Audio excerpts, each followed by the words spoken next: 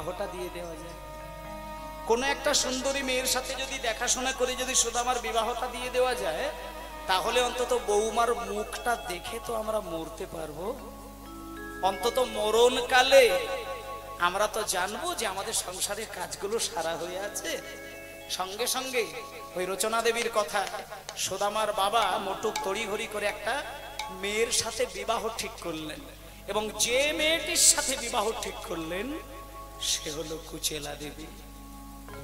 বিবাহ হলো, কত আনন্দ, কত খাওয়া দাওয়া, কত প্রেম, কত ভালোবাসা, কি অপূর্ব পরিবেশ। বিয়ের কটা দিন সবে মাত্র কেটেছে, সুদামার কপাল ভালো নয়। মাত্র কটা মাস কাটার পরে বিবাহে সুদামার পিতা, সুদামার মাতা মৃত্যুবরণ করল। প্রথমে মা মারা গেল, তারপরে বাবা মারা গেল। এক এক করে যখন সুদামা মাকে হারিয়েছে, বাবাকে হারিয়েছে, কাঁদতে কাঁদতে জীবন কেটে গেল। মা হারিয়ে বাবা হারিয়ে যখন সুদামা আর তার স্ত্রী কুচিলা দেবীর সংসার হয়েছে, মায়েরা, মা বাবা যতদিন বেঁচে ছিল সুদামার কোনো অভাব ছিল না। ভালো একটা বাড়ি, জমি জায়গা, সোনা দানা সব পরিপূর্ণ ছিল। কিন্তু বাবা মা মরে যাবার পরে কিন্তু সুদামার জীবনটা সম্পূর্ণ পাল্টে গেল। যত জমি জায়গা ছিল সেগুলোকে বিক্রি করে দিল, যত বাড়িতে সোনা দানা গয়নাগাটি ছিল সেইগুলোকে বিক্রি করে দিল। যে বাড়িটা তৈরি করে দিয়েছিল সুদামার বাবা, সেই বাড়িটাকেও বিক্রি করে দিয়ে রাস্তার ধারে গিয়ে তাল পাতা ঘেরে খড় চাপিয়ে তার ভেতরে নিজের স্ত্রী কুচেলা দেবীকে বসিয়ে রেখেছেন। কুচেলা দেবীকে খড়ের চাল তৈরি করে রেখে দিয়েছে, কিন্তু কুচেলা দেবী তাতে কোনোদিন কিন্তু চোখ থেকে জল ফেলে না। কেন জানেন? এখানে কিন্তু একটা জগৎকে শিক্ষা দিচ্ছেন। স্বামীর কাছ থেকে যদি শুদ্ধ ভালোবাসা কোনো নারী পায়, কোন স্ত্রী যদি স্বামীর কাছ থেকে পরিপূর্ণ পবিত্র ভালোবাসা পায়, স্ত্রী কিন্তু রাজবাড়ির আশা করে না। স্ত্রী কিন্তু সোনাদানা গয়না কাটি পরে নিজেকে রাজরানী করে থাকবে আশা করে না। যদি মনে হয় যে এক বাটি মুড়ি খেয়ে জল খেয়ে আমি রাত কাটাবো, কাটাতে পারে। শুধু স্বামীর ভালোবাসা পেলেই নারী খুশি হয়ে যায়। সুদামা স্ত্রী কুচেলা দেবী পতিব্রতা নারী, সংসারে হাজার অভাব, কিন্তু কোনোদিন স্বামীকে কিচ্ছু বলে না। কি আনন্দ করে দিন কাটায়। সুদামাকে স্বামী মনে করেছে তো বটে, শুধু স্বামী নয়, স্বামী দেবতা জ্ঞানে ভালোবেসে ফেলেছেন। কিন্তু মা একটা কথা বলি, স্বামীর ভালোবাসায় স্ত্রী যতই আধপেটা খেয়ে, ফ্যান খেয়ে, পান্তা খেয়ে, মুড়ি খেয়ে যতই দিন কাটায়, কিন্তু একটা কথা বলি, মেয়েদের একটা কিন্তু গুণ আছে, দেখবেন হাজার অভাব সহ্য করে নেবে স্বামীর মুখের দিকে তাকিয়ে, কিন্তু একটা জিনিস কিন্তু নারী সহ্য করতে চট করে পারে না। কি জানেন? এটা নারীর স্বভাব, জন্মগত স্বভাব। মেয়েরা যখন দেখবেন ঘুমায় বিছানায়, ঘুমিয়ে ঘুমিয়ে যখন নিজের শাড়িটা দেহ থেকে সরে যায়, আলগা হয়ে যায়, আলাদা করে কিন্তু কোনো মেয়েকে জাগিয়ে দিয়ে বলতে হয় না যে কাপড়টা চাপা দাও, শরীরটা আলগা হয়ে গেছে, এটা বলতে লাগে না। কারণ নারীর একটা বৈশিষ্ট্য, গা থেকে শাড়ি সরে গেলে ঘুমের ঘরেই কিন্তু শাড়ি টেনে নিয়ে আবার ঢাকা দেয়। তাহলে যে নারী তার লজ্জা ঢাকতে গেলে তাকে জেগে থাকার দরকার হয় না, অবচেতন মনেই সে নিজেকে ঢাকতে পারে। যে অবচেতন মনে নিজের লজ্জা ঢাকতে পারে, সে জেগে থাকতে কি করে ছেঁড়া শাড়ি পরে পাড়ায় বেরোবে? একটা শাড়ি তাও ভালো নয়, শত জায়গায় ছেঁড়া। যখন শাড়ি পরে এদিকটা ঢাকতে যায় তখন ওই দিকটা সরে যায়, এদিক ঢাকতে গেলে ওই দিক সরে যায়। সেই ছেঁড়া শাড়িটা পরে শরীরটাকে ভালো করে ঢাকতেই পারছে না, লজ্জাটাকে। সঙ্গে সঙ্গে সুদামা স্ত্রী কুচেলা দেবীর মাথাটা একটুখানি গরম হয়ে গেল। মায়েরা, অভাবে স্বভাব নষ্ট হয়ে যায়। সংসারে যখন অভাব প্রচন্ড হিসেবে প্রচন্ড বেড়ে যায়, দেখবেন অভাব স্বভাবটা তখন কিভাবে পাল্টে যায় নিজে কেউ বুঝতে পারেন না। আজকে সুদামা স্ত্রী কুচেলা দেবী সুদামাকে কোনোদিন বাজে কথা বলবে এটা বিশ্বাস করে না। কিন্তু আজকে কুচেলা দেবী ছেঁড়া শাড়িটাকে পরে যখন লজ্জা ঢাকতে পারছেই না, তখন এইবার সুদামার পিছন দিকে, সুদামা বসে রয়েছে পিছন দিকে, এসে সামনে দাঁড়িয়ে বলছেন, স্বামী সারা জীবন কৃষ্ণ নাম করছেন, জপের মালায় নাম করছেন, দাঁড়ে দাঁড়ে গিয়ে ভিক্ষা করছেন, আমার দিকটা একটু ভালো করে তাকিয়ে দেখেছেন? আমার তো মনে হয় দুদিন পরে আমাকে ভিক্ষে বেরোতে হবে স্বামী। শুনেছি যারা কৃষ্ণ নাম করে, কৃষ্ণ ভজন করে, তাদের সংসারে নাকি অভাব হয় না, তাদের নাকি জীবনে দুঃখ হয় না। তা স্বামী, একবার তোমার বন্ধু ভাই কানাই সে তো রাজা হয়েছে আমি শুনলাম, তা তুমি একটু কষ্ট করে ওই ভাই কানাইয়ের কাছে গিয়ে একটু বলো না, তাহলে তো আমাকে এত জ্বালা যন্ত্রণা সহ্য করতে হয় না স্বামী। সুদামা পিছন দিকে ঘুরে দেখছে কুচেলা দেবী হাউ হাউ করে কাঁদছে। কুচেলা দেবীর চোখের জল দেখতে পেয়ে সুদামা বলল, কুচেলা কি বললে তুমি? আমার সংসারের অভাবের কথা আমি ভাই কানাইকে জানাবো? কুচেলা তুমি জানো না কাকে কি বলছো? শোনো কুচেলা, আমি বৃন্দাবনে যে ভাই কানাইয়ের কথা তুমি বললে, সেই ভাই কানাইয়ের সাথে একদিন বৃন্দাবনে খেলতে খেলতে তার মুখের এঁঠো খেতে গিয়ে আমার শরীরের গয়নাগাটিগুলো তাকে আমি খুলে দিয়েছি। আমি শুধু তাকে ভালোবেসে তার মুখের এঁঠো খেতে গিয়ে নিজের সোনার গয়নাগুলো তাকে খুলে দিয়েছি। আর আজকে আমি সংসারের অভাবের জন্য আমার ভাই কানাইয়ের কাছে যেতে হবে? কুচেলা, আমি না খেতে পেয়ে মরে গেলেও আমি যাব না। জানো না কুচেলা তুমি কাকে কি বলছো? আমি যাব না, আমি মরে গেলেও যাব না। একটা কথা বলি মা, যারা সত্যিকারের স্বামীকে অন্তর থেকে ভালোবাসে না, বাইরে থেকে হয়তো রেগে গিয়ে দুটো কথা বলে ফেলে ঠিকই, কিন্তু যখনই কথা বলে ফেলার পরে স্বামী একটুখানি ব্যথা পেয়ে গিয়ে কেঁদে ওঠে, সঙ্গে সঙ্গে খেয়াল করে দেখবেন স্ত্রীর কথায় স্বামীর চোখে যদি 2 ফোঁটা জল পড়ে না, 200 ফোঁটা চোখের জল স্ত্রীর নয়নে রিটার্ন আসে। এটাকে বলে শুদ্ধ ভালোবাসা।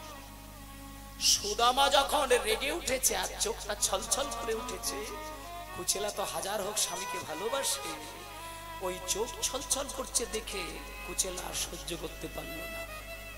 স্বামীর কাছে গিয়ে চরণ দুটো জড়িয়ে ধরে কথাটাকে ঘুরিয়ে দিলেন, স্বামী আপনি কাঁদবেন না, আপনাকে আমি ব্যথা দেওয়ার জন্য কথা বলিনি, আপনাকে আমি কষ্ট দেওয়ার জন্য কথা বলিনি। আমি আসলে বলতে চাইছিলাম কি, যে আপনি আপনার ভাই কানাইকে বহু বছর দেখেননি, আপনার মন অস্থির হয়ে উঠেছে, আপনার চিত্ত চঞ্চল হয়ে উঠেছে। আমি শুধু আপনাকে একটু ঘুরিয়ে বলতে চাইছিলাম যে আপনি আপনার ভাই কানাইকে অনেকদিন দেখেননি, তাই একটু দেখে আসুন। আমি অভাবের কথাটা বলতে চাই না স্বামী। আর একটা কথা বলি স্বামী, সংসারে থাক না অভাব, আমাদের সংসারে শান্তির অভাব নেই। যে সংসারে শান্তি থাকে, অভাব কি আমাদের কিছু এসে যায়? স্বামী আপনি বরং ভাই কানাইকে দেখে চলে আসুন, আর ভাই কানাই যদি জিজ্ঞেস করে যে সংসারে অভাব আছে তো, আপনি বলবেন না, আমরা খুব ভালো আছি, আমাদের কোনো অভাব নেই, আপনি দিয়ে যান। সঙ্গে সঙ্গে সুদামা বলছে, কুচেলা এটা তুমি খুব দামি কথা বলেছ। আমিও জানি না এই কয়েকটা দিন ধরে কেন এরকম হচ্ছে জানি না, আমি হঠাৎ করে ঘুমাতে ঘুমাতে ভাই কানাইয়ের কথাটা বারবার মনে হচ্ছে। আর যখনই আমার ভাই কানাইয়ের কথাটা মনে হয়, আমার বুকের ভেতরটা যেন খা খা করে ওঠে। কবে যাবেন স্বামী, কবে যাবেন, কবে যাবেন? যাবো তো, কিন্তু আবার কিন্তু কি, আবার কিন্তু কি, চলে যান। কুচেলা তুমি জানো না, জানো না, ঘন ঘন যদি কারোর বাড়িতে যাওয়া হয় না, কোনো কিছু না নিয়ে গেলেও অসুবিধে নেই, কিন্তু 10 বছর 20 বছর ছাড়া কারোর বাড়িতে গিয়ে যদি দাঁড়ানো হয়, কোনো কিছু সামান্য কিছু হাতে করে না নিয়ে গেলে ভদ্রতা রাখা যায় কি? কুচেলা আমি ভাই কানাইকে বহু বছর দেখিনি, আর আমি ওকে বড় ভালোবাসতাম। কোনোদিন আমি ভাবতে পারবো না যে ওর কাছে আমি খালি হাতে দাঁড়াবো। আমাকে যদি যেতে হয় কিছু তো কিছু নিয়ে যেতে হবে কুচিলা। তুমি বরং একটা কাজ করো, যদি কিছু এনে দিতে আমায় পারো মায়া, যদি কিছু নিতাই গৌর প্রেমানন্দে হরি বল। আমায় পারো পায়, যদি কিছু এনে দিতে পারো পায়, যদি কিছু এনে দিতে পারো পায়, তবে সে করিতে পারে দারুণ, তবে সে করিতে পারে দারুণ, আর তবে সে করিতে পারি দ্বারকায় গমন কুচিলা, তবে সে করিতে পারে দারুণ। আচ্ছা, সুদামা তার স্ত্রীকে কি বলছে না, যদি কিছু এনে দিতে পারো উপায়ন। উপায়ন মানে হচ্ছে একটা উপহারের কথা বলতে চাইছে। সুদামা বলছে যে তুমি যদি কোনো কিছু আমার ওই ভাই কানাইয়ের জন্য উপহার এনে দিতে পারো তাহলে আমার যেতে কোনো অসুবিধা নেই, আমি এক্ষুনি বেরিয়ে যাব। তখন কুচিলা দেবী বলছে, আচ্ছা স্বামী, আমি আপনার স্ত্রী, আমরা একই ঘরে থাকি, একই খাবার খেয়ে দিন কাটাই, তা আমি আবার আলাদা করে কি এনে দেব যেটা নিয়ে আপনি আপনার ভাই কানের কাছে যাবেন? তখন সুদামা বলছে, কুচেলা, আমার ভাই কানাই কিন্তু ওই রকম ছেলে নয় যে তাকে ভালো জিনিস দিলে নেয় আর খারাপ জিনিস নেয় না। তাকে ভালোবেসে যেটা দেবে সেটা হাসি মুখে দুহাত বাড়িয়ে কাছে টেনে নেয়। তাই তুমি যা কিছু দিতে পারো আমি হাসি মুখে নিয়ে যাব। তখন এইবার কুচেলা দেবী একটু চিন্তা করে নিয়ে বলছেন, স্বামী আপনি তাহলে একটা কাজ করুন, আপনি একটা কাজ করুন, আপনি তো প্রত্যেকদিন সকালবেলায় ভিক্ষায় যান আমাদের দু মানুষের পেট চালানোর জন্য, তা আজকে না হয় আপনি ঘর থেকে বার হবেন না, আপনি ঘরে বসে থাকবেন। আজকে আমি ভিক্ষায় যাব, আজকে আমি লোকের দাঁড়িয়ে দাঁড়িয়ে আঁচল পেতে দাঁড়াবো, লোকে আমাকে যেটা দেবে সেটা আপনার কাছে এসে ঢেলে দেবো, ওটা নিয়ে আপনি ভাইখানের কাছে যাবেন। দেখুন মা, ভগবান যদি কৃপা করে তবেই ভগবানের জন্য ভিক্ষা করা যায়। ভিক্ষা ঈশ্বরের জন্য করলে কি পরমানন্দ হয়।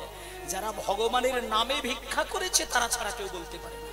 পেট চালানোর জন্য ভিক্ষা করা আর ঈশ্বরের জন্য ভিক্ষা করা দুটো আকাশ পাতাল।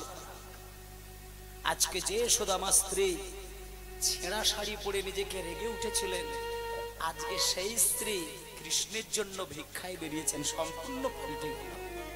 আজকে সুদামা স্ত্রী কোচেলা দেবী বললেন, স্বামী আপনি আজকে বেরোবেন না, আপনি নীরবে ঘরে বসে থাকুন, আমি আজকে ভিক্ষায় বেরোব। এই বলে সুদামা স্ত্রী নিজের মান সম্মান ভুলে গেলেন। এইবার গ্রামবাসীদের দাঁড়ে দাঁড়ে গিয়ে ভিক্ষার আঁচল পেতে বলছে, আমায় ভিক্ষা দাও গো। আচ্ছা একটা কথা বলি, আমি ভিক্ষার গান গাইছি বলে কেউ যেন আবার ভিক্ষা দেওয়ার জন্য যেন উঠবেন না, কারণ এগুলো অনেক মায়েদের ক্ষেত্রে দেখেছি, ভিক্ষার গান গাওয়া মানেই গায়ককে ভিক্ষা দিতে হবে না। ওটা শুধু আমার ক্ষেত্রে কেন, এগুলো করবেন না। এটা যে কোনো কীর্তনিয়ার ক্ষেত্রে বলছি, ভিক্ষা নাচলটা পাতলো বলে একবারে হুড়মুড়িয়ে গিয়ে একবারে সেখানে ভিক্ষা দিয়ে দিলেন, দরকার নেই। ভিক্ষা বলি একটা কথা, ভিক্ষা যদি দিতে হয় তাহলে কীর্তন শেষ হয়ে গেলে কীর্তন কমিটির কাছে গিয়ে ভিক্ষাটা দেবে, এটা আমি বলছি। কোনো কীর্তনিয়াকে দুম করে ভিক্ষা দেওয়ার দরকার নেই, কারণ যেটা স্পষ্ট কথা সেটা বলি, এই যে কীর্তন গাইতে এসেছি কমিটির সঙ্গে একটা কিন্তু আমাদের চুক্তি হয়ে গিয়েছে, ওনারা চুক্তিবদ্ধ মেনটেন করবেন, তাই আমি কীর্তন গাইব। এবার আপনারা যে কীর্তন শুনতে এসেছেন, যে যতটুকু এনেছেন কীর্তনিয়াকে দেওয়ার দরকার নেই, ওনাদেরকে দেবেন, ওনারা ওই টাকাই ঘুরিয়ে মহাপ্রভুর ভোগে লাগাবে, ওখান থেকে কীর্তনিয়াদের পেমেন্ট করবে। সুতরাং আমাদেরকে দেওয়ার দরকার নেই, এটা সব কীর্তনিয়ার ক্ষেত্রেই বলছি আমি। আপনারা ভিক্ষাটা যত্ন করে কমিটির হাতে তুলে দেবেন, তাহলে অন্তত সরাসরি না হলেও দূর দিয়ে কিন্তু আপনার নিজের উপার্জন করা টাকাটা গোবিন্দ সেবায় চলে যাবে, এটাই সত্য। তাই জন্য আজকে সুদামা স্ত্রী কুচলে দেবী, আমায় ভিক্ষা দাও গো নগরবাসী, ভিক্ষা দাও আমায়।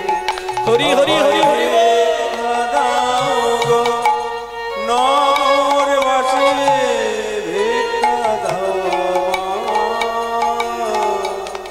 তোমাদের ভিক্ষার দ্রব্য পাবে শ্যামরা,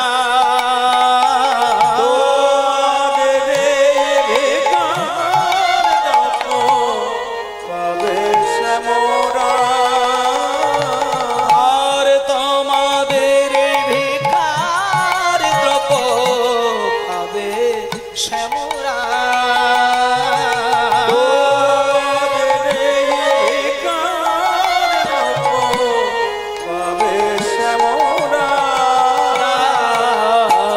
ভিক্ষা দাও আমায়, ভিক্ষা দাও গো নগরবাসী, ভিক্ষা দাও আমায়, ভিক্ষা দাও নগরবাসী, ভিক্ষা দাও আমায়। আজকে তাহলে মায়েরা লীলাটা একবারে ছবির মতন আপনারা দর্শন করুন।